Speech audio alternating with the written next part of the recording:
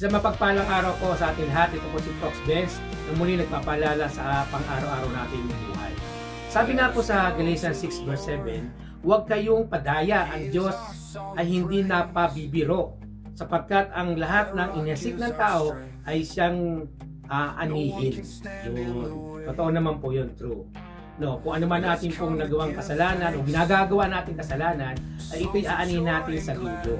At maaaring sinasabi lang natin na madaling humingi ng tawad sa Panginoon at nasasabi natin na ay okay lang, maunawa naman ako ng Diyos Pero siyempre may impact din sa atin yun. Ang habang tayo nabubuhay ay nandun yung merong makakaranas din po tayo ng pagdurusa. Pagdurusa na kung saan ay yung ating pong inasik na kasalanan o ginawa natin kasalanan o mali natin ginawang kasalanan ay nararamdaman natin. Diba? So, una na lang, sabihin na lang natin yung kung ikaw ay may galit sa kapwa mo at nagtatanim ka na galit sa kapwa mo, hindi po maganda po yun. Sapagkat ang huli po yun ay mas lalo lang nahihirapan ng iyong kalooban at nagkakaroon ka ng sakit pa, di ba? At hindi ka makatulog dahil sa sama ng loob at nagkakaroon ka ng sakit sa katawan. So, ibig sabihin at nagkakaroon ka pa ng hindi magandang komunikasyon sa ating pamilya. So, ibig sabihin lang po na ang pagiging isang magtatanim ng mali ay aani ka rin ng mali.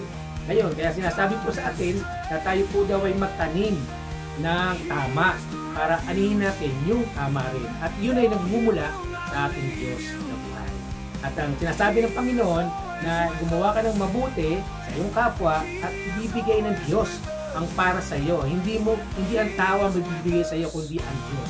Kaya tanda po natin na huwag po natin angkinin kung ano man ang meron tayo ngayon sapagkat ang Diyos ang magbibigay para sa iyo at huwag mong hintayin na ibuwelta sa iyo kung ano man yung inihasik mo sa iyong kapwa sapagkat ang Diyos ay nakakalam kung kailan at anong saan at paanong paraan kanya pagpapalain.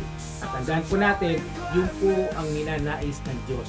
Huwag po tayong magkaroon ng pagtatanim ng anumang mali sa ating kapwa, sa ating sarili, at sa ating pamumuhay bilang isang Kristiyano.